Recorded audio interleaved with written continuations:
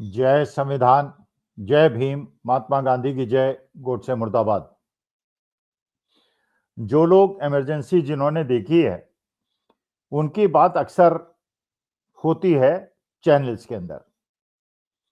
और यह भी होता है कि जिन लोगों ने इमरजेंसी देखी है, वो कभी भी कांग्रेस को माफ नहीं करेंगे, क्योंकि मैंने इमरजेंसी देखी है। और मैं अपने प्राइम टाइम में था, जब मैं एमबीए कर रहा था इलाहाबाद यूनिवर्सिटी से, उस समय इमरजेंसी लगी थी और मैंने उसके खिलाफ संघर्ष भी किया था, क्योंकि लोकतंत्र और संविधान के प्रति मेरे ख्याल से भारत के हर व्यक्ति की वफादारी होनी चाहिए और राष्ट्र के प्रति वफादारी होनी चाहिए। इमरजेंसी, चाहे उस समय बहुत सारी चीजें अच्छी होने लगी थी, सरकारी अधिकारी कार्यालय में समय में पहुंचने लगे थे, ट्रेनें समय पे चलने लगी थी, लेकिन वो लोकतंत्र की भावना के विपरीत था, इसलिए हमने उसका विरोध किया था। लेकिन उस इमरजेंसी का नाम लेके जिस प्रकार से इंदिरा गांधी के खिलाफ, कांग्रेस के खिलाफ और यहां तक कि राहुल गांधी से पूछा जाता है कि आपकी पार्टी ने इमरजेंसी लगाई थी और उनके सामने प्रश्न चिन्ह उठाए जाते हैं, उन लोगों को शायद ये समझना चाहिए कि देश में आज पिछले 11 साल से क्या हो रहा है। इमरजेंसी में क्या हुआ था कि सारी जो पावर्स थी वो छीन ली गई थी और इमरजेंसी के पावर्स का उपयोग करते हुए जिसको मनाया जाता था उठा लिया जाता था। हास्यास्पद आरोप लगाए जाते थे। 75-80 साल के आदमी पे भी आरोप लगा देते थे कि वो खंबे पे चढ़ रहा था, बिजली काट रहा था, इसलिए उसको अरेस्ट कर लिया। 5-5 साल, 6-6 साल के बच्चों को भी अरेस्ट कर लिया जाता था। ऐसा प्रचलित था। लेकिन चलिए, वो इमरजेंसी का काल था, जो एक कॉन्स्टिट्यूशनली पॉसिबल चीज थी। इमरजेंसी जो कि लोकतंत्र के हिसाब से गलत थी, लेकिन इमरजेंसी कॉन्स्टिट्यूशनली रॉन्ग नहीं थी, उसको लगाया गया, हमने उसका विरोध किया। लेकिन आज क्या हो रहा है, देखिए, कानून जो है, जब तक आपातकाल घोषित न कर दिया जाए, सबके लिए समान होना चाहिए। राजा के लिए, रंग के लिए, मंत्री के लिए, प्राइम मिनिस्टर के लिए, चीफ इलेक्शन कमिश्नर के लिए और साधारण से साधारण आदमी के लिए न्याय तथ्यों के आधार पे, कानून के आधार पे, ट्रेडिशंस के हिसाब से जो सही हो, जो जनता को मान्य हो, जनता के गले से उतरे, वैसा होना चाहिए। और यह बिल्कुल एक सही बात है, जैसे पहले भी कई बार मैं निवेदन कर चुका हूं। एडमिनिस्ट्रेशन का एक रूल है, हॉट स्टोव रूल। इसका मतलब, अगर गर्म चूल्हे को आप छुएंगे तो आपका हाथ जलेगा, जो भी छुएगा उसका जलेगा, तुरंत उसकी जलन महसूस होगी। ये नहीं होगा मैं छूऊं तो न जले, कोई दूसरा छुए तो जले।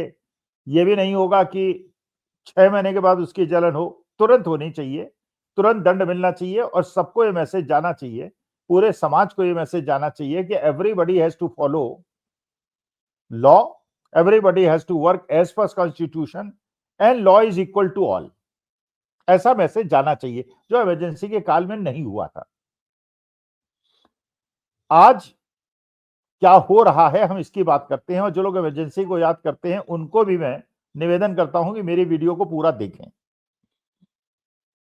आपने देखा, अरविंद केजरीवाल के मामले में, शराब घोटाले के मामले में एक आरोपी था, वो जेल में था। 10 बार उसने स्टेटमेंट दिया, कहीं उसने अरविंद केजरीवाल का नाम नहीं लिया, वो जेल में रहा। 11वीं बार जैसे ही उसने अरविंद केजरीवाल का नाम लिया, उसको छोड़ दिया गया और अरविंद केजरीवाल को बंद कर दिया गया, केवल आरोप के अधिकार आधार पे। मैं आपके उनके और भी नेता, संजय सिंह भी जेल में रहे, मनीष सिसोदिया भी जेल में रहे, बहुत सारे आम आदमी पार्टी की करीब करीब पूरे जितने भी मिनिस्टर थे, जैन भी जेल में रहे, सारे के सारे करीब करीब जेल में रहे, आरोपों के आधार पे, आरोपों के आधार पे। अच्छा, आरोप बाद में सिद्ध नहीं हुए, इसीलिए कानून ने उनको बरी कर दिया, अदालतों ने उनको बरी कर दिया।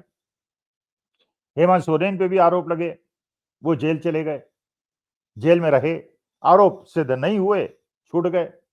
2013-14 में मनमोहन सिंह की सरकार पे बहुत सारे आरोप लगाए गए, कोयले घोटाले का, 2G घोटाले का, बल्कि यहां तक कि सीएजी के जो चेयरमैन थे विनोद राय, उन्होंने कहा 1,76,000 करोड़ का घपला हो गया। सरकार गिर गई, कांग्रेस की सरकार गिर गई, भारतीय जनता पार्टी की सरकार आ गई। बाद में कानून कुछ सिद्ध नहीं हुआ, विनोद राय ने माफी मांग ली, लेकिन विनोद राय अरेस्ट नहीं हुए आरोप लगाने पे और सेंसेशनल न्यूज फैलाने के लिए, वो अरेस्ट नहीं हुए। अरविंद केजरीवाल पे आरोप लगाने वाले भी अरेस्ट नहीं हुए, हेमंत सोरेन पे आरोप लगाने वाले भी अरेस्ट नहीं हुए। बल्कि यहां तक महाराष्ट्र के अंदर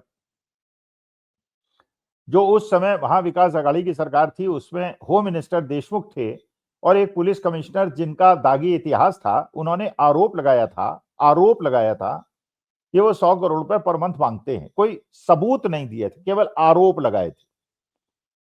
पुलिस कमिश्नर पे तो कोई एक्शन नहीं हुआ, ना वो जेल गए, लेकिन देशमुख साहब जो होम मिनिस्टर थे महाविकास आघाड़ी के, वो जेल चले गए, 6 महीने जेल में रह के आए।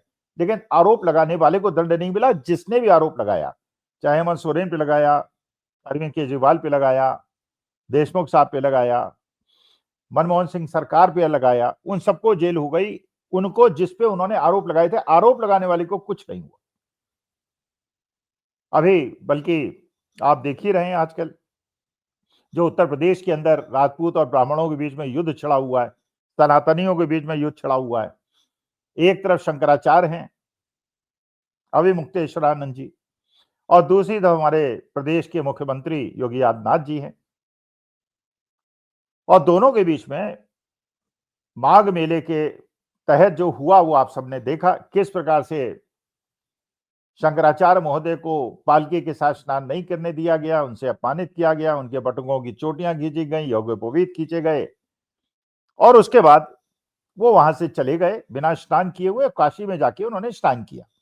लेकिन बहुत सारे सनातनी ऐसे हैं जो अविमुक्तेश्वरानंद जी का समर्थन करते हैं, बहुत सारे सनातनी ऐसे हैं जो उनका विरोध करते हैं और योगी आदित्यनाथ का समर्थन करते हैं। फिर अविमुक्तेश्वरानंद जी ने 4 कदम आगे बढ़ के ये भी कह दिया कि शास्त्रों में लिखा हुआ है कि या तो आप राजा हो सकते हैं या सन्यासी हो सकते हैं, दोनों नहीं हो सकते। और क्योंकि योगी आदित्यनाथ गोरक्षपीठ के महंत भी हैं, पीठाधीश्वर भी हैं और मुख्यमंत्री भी हैं, ये संभव नहीं है 2 में से एक पद छोड़ दें। मानी बात है कि आपस में तनातनी शुरू हो गई। अभी 3 दिन पहले आरोप लग गया अविमुक्तेश्वरानंद जी पे पॉस्को एक्ट के तहत कि उन्होंने किसी बच्ची से बलात्कार किया। अच्छा, शंकराचार्य अविमुक्तेश्वरानंद खुद प्रकट हुए, उन्होंने कहा कि भाई जो आरोप लगाने वाला है उसका इतिहास है कि वो 4-5 बार जेल जा चुका है, गंभीर धाराओं में जेल जा चुका है, हेरा-फेरी में जेल जा चुका है। और इसीलिए एक और संत हैं जो नेत्रहीन हैं और बड़ा स्थूल काया है उनकी, और उनको जगत गुरु की पदवी मिली हुई है, वो उनके शिष्य हैं। माने जो आरोप लगाने वाला है उनके शिष्य हैं, और जिनके और जगत गुरु और हमारे अविमुक्तेश्वरानंद जी के बीच में युद्ध छिड़ा हुआ है, वो ये कहते हैं कि ये शंकराचार्य नहीं है और ये कहते हैं शंकराचार्य हैं, और इनको चारों शंकराचार्यों ने आशीर्वाद भी दिया है और इनका प्राण वो भी हो चुका है, जो पट्टाभिषेक होता है वो भी हो चुका है, और वसीयत के हिसाब से स्वामी स्वरूपानंद जी ने उनको उत्तराधिकारी नियुक्त किया था। लेकिन अब मेरे को लगता है कि शंकराचार्य को भी जेल भेजने की कार्रवाई शुरू होने वाली है, क्योंकि पॉस्को एक्ट के तहत एक अभियोगी द्वारा लगाए गए आरोप पे हो सकता है उनको भी जेल भेज दिया जाए। लेकिन कंपेयर करते चलिएगा इमरजेंसी के पीरियड से। उसके बाद जानते हैं यूपी काडर के एक आईपीएस अफसर हुआ करते हैं अमिताभ कांत जी, उनको 30 साल पुराने केस में, क्योंकि वो भी खुल के बोला करते थे, उनको भी 30 साल पुराने केस में जेल भेज दिया गया। बाद में उनको बेल मिल गई और बाहर आ गए। अब नई खबर है अमिताभ दास जी, जो बिहार काडर के आईपीएस अफसर थे, जिनको जबरन सेवानिवृत्त कराया गया था, और वो भी अपने दास बोले बिंदास के माध्यम से जनता को जागरूक करते रहते थे। ये खबर है कि उन्हें तुरंत बिहार पुलिस ने आके अरेस्ट कर लिया, और अरेस्ट होने के पहले उन्होंने कहा कि उनके पास ये सबूत हैं कि नीतीश कुमार के पुत्र के बारे में उन्होंने कुछ आरोप लगाया। उन्होंने कहा कि वो सबूत उनके पास है। आरोप लगाने वाले थे वो, और आरोपी कोई और था। आरोप सही थे, गलत थे, आई डोंट नो, और क्या सबूत उनके पास है, आई डोंट नो। सबूत है या नहीं, आई डोंट नो। लेकिन कानून का अगर तकाजा है और देशमुख साहब पे आरोप लगाने वाला अगर जेल नहीं जाता, अनर्गल आरोप लगाने वाला, क्योंकि देशमुख साहब तो बाद में छूट गए, नवाब मलिक तो छूट गए, अरविंद केजरीवाल तो छूट गए, मनीष सिसोदिया तो छूट गए, और हेमंत सोरेन तो छूट गए, तो इसका मतलब, या विनोद राय तो माफी मांग के बाहर चले गए। तो आरोप लगाने वाले को अरेस्ट करना बिना जांच किए हुए, और सेंसेशनल आरोप लगाने के कारण उसको अरेस्ट करना, तो इसका मतलब तो यह है कि अगर पीडी की 98% केस में फेल्योर रेट है और उन्हें केवल 2% में सक्सेस मिलती है, तो 98% केसेस में जिन लोगों ने गलत आरोप लगाए हैं, क्या उनको जेल होगी? तो देखिए, मेरा केवल निवेदन यह है कि इसको जेल भेजिए, मत भेजिए, लेकिन कानून को ये दिखना चाहिए कि कानून जो है निष्पक्ष है। आरोप लगाए एक आदमी दूसरे पे, झूठा आरोप लगाए या सही आरोप लगाए। कुछ केसेस में तो आरोप लगाने वाले को जेल भेज दिया जाए। जैसे अमिताभ दास जी कह रहे हैं कि उनको गलत तरीके से कि उन्हें मौका ही नहीं दिया जा रहा कि वो सबूत पेश कर सकें। और अगर जैसे पप्पू यादव के साथ हुआ, 30 साल से एक मकान में रहते थे, किराए के मकान में रहते थे, किराया कोर्ट में जमा होता था। अचानक एक साहब प्रकट हुए, मकान मालिक प्रकट हुए और 30 साल पुराने केस पे उनको ये कह के जेल भेज दिया गया कि आपने मकान पे कब्जा कर लिया, जबकि कोर्ट में किराया जा रहा था। तो अब सवाल ये है कि आरोप लगाने वाले को जेल भेजने के बजाय अगर कोई मौखिक भी बिना सबूत के किसी पे आरोप लगा दे, तो कभी तो आप आरोपी को अरेस्ट कर लेते हैं, कभी आप आरोप लगाने वाले को अरेस्ट कर लेते हैं। तो ये कानूनविद मैं हूं नहीं, कानून के बारे में मुझे बहुत ज्यादा नॉलेज नहीं है, तो मुझे समझ में नहीं आ रहा है। कानून एक समान होना चाहिए, सबके लिए होना चाहिए। जैसे वहां सुना है, आसाम के अंदर कोर्ट ने आदेश कर दिया कि हेमंत विश्व शर्मा के जो संपत्ति है उसके बारे में लोग बातें नहीं करेंगे। अरे भाई, अगर संपत्ति है, अगर गलत आरोप लगा रहे हैं तो उनको दंड दीजिए, और अगर सही आरोप लगा रहे हैं तो आरोपी को डिस्प्रोपोर्शनेट एसेट के मामले में इंटरोगेट कीजिए।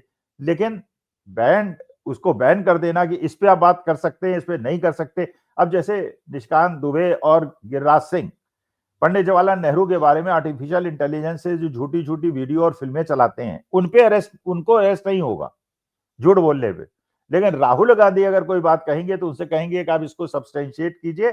और अगर गिरिराज सिंह और निशिकांत दुबे से कहा जाए सब्सटेंशिएट कीजिए कि जिन पंडित जवाहरलाल नेहरू की आर्टिफिशियल इंटेलिजेंस से आप फोटो चला रहे हैं वो उनकी सगी बहन विजय लक्ष्मी पंडित और उनकी सगी भांजी नयनतारा सहगल हैं, तो इस प्रकार के अनर्गल आरोप लगा के भारत के प्रधानमंत्री, जिन्होंने अपने जीवन का एक बहुत बड़ा काल जेल के अंदर निभाया है, तो ये जो दोहरा निर्णय है और दोहरा नीति है, मुझे लगता है बिल्कुल उसी तरह की चीजें हैं जो इमरजेंसी में हुआ था। हमने उस समय भी विरोध किया था, अभी भी करते हैं, लेकिन अमिताभ दास जी को जिस प्रकार से अरेस्ट किया गया केवल इसलिए कि उन्होंने आरोप लगाया है और जांच किए बिना, और वो कहते हैं उन पास पूरे सबूत है।